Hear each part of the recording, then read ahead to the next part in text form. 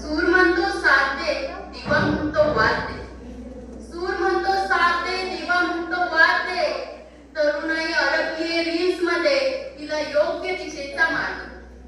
श्रोते हो, एक काळ होता जेव्हा डोळ्यात स्वप्न असायची, ध्येय मनात पेटलेली असायची. आता डोळ्यात स्वप्न नाही, फक्त मोबाईलच्या स्क्रीनचा प्रकाश आहे. एक काळ होता जेव्हा आपल्या हातात वेळ असायचा, आता वेळ नाही, फक्त अखंड स्क्रोलिंग आपल्या हातात आहे. या चमकदार आणि आकर्षक पण धोकादायक जगाच्या मागे दडलेलं एक कडवट सत्य आहे. आणि त्याच विषयावर विषय विवेचन करण्यासाठी मी प्राची जगम कोकणे, अगस्ती कॉलेज अकोलेची विद्यार्थिनी, या ठिकाणी विषय मांडते, रील्स जगतातील वास्तव. हा विषय आपल्याला थोडा विचार करण्यासाठी भाग पाडतो.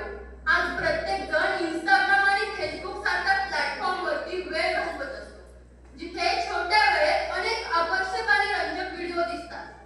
पण ते व्हिडिओ, त्या मागची खरी कहाणी काय असते हे मात्र आपल्याला माहित नाही. हे एवढं मोठं जग जिथं संपूर्ण जगाच्या मनोव्यथांना, स्वप्नांना आणि कल्पनांना एका व्हिडिओच्या माध्यमातून मांडलं जातं.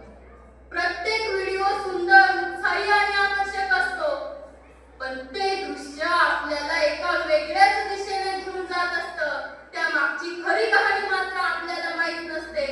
रील्स जगतातलं खरं वास्तव देखील लक्षात घ्यायला हवं. जेव्हा एखादा व्यक्ती सक्सेस होतो, त्याची यशोगाथा दाखवत असतो, तेव्हा खऱ्या खऱ्या जीवनाची कथा अनेकदा तुटलेली, वेदनेची आणि संघर्षाची असते. पण त्या व्हिडिओत असं काही दाखवलं जात नाही. त्यात डुप्लिकेट कंटेंट यूज केलेलं असू शकतं. यातून फक्त तुलनाच घडते.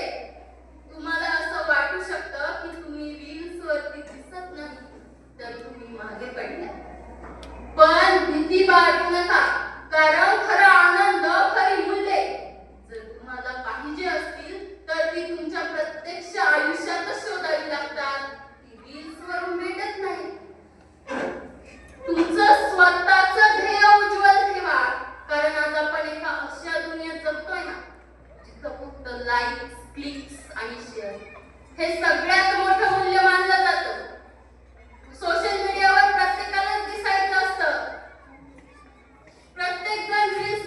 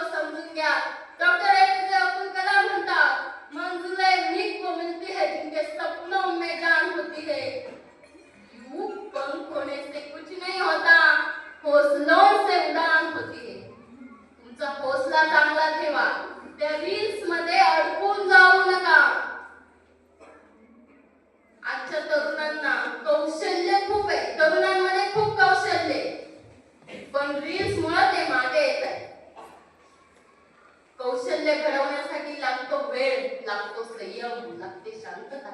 रील्स काय देतात? वेग, विचलन, एकाग्रता पाहिजे आपल्याला कौशल्य घडवण्यासाठी, पण ती एकाग्रताच नष्ट होते. कारण आजचा तरुण 30 सेकंदात कंटेंट बदल, 30 मिनिटं एकाग्र राहू शकत नाही. मग ते आपण आपलं ठरवायचं असतं, रील्स बघायच्या की आपलं भविष्य घडवायचं. आपलं भविष्य जर अंधारात जात असेल तर रील्स पाहून काय उपयोग? रील्स फक्त मनोरंजनासाठी आहे, ते एक साधन आहे. ते आपली परिस्थिती किंवा आपलं भविष्य घडवत नाही. त्यामुळं आपल्या खऱ्या भविष्याला वेळ.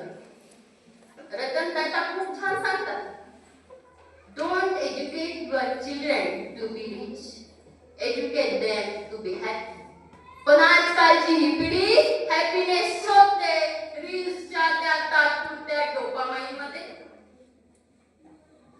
ही पिढी असं का करते? आजची पिढी, तुम्ही ज्या पिढीत जन्मलात ना, ती पिढी इतिहास घडवणारी पिढी आहे.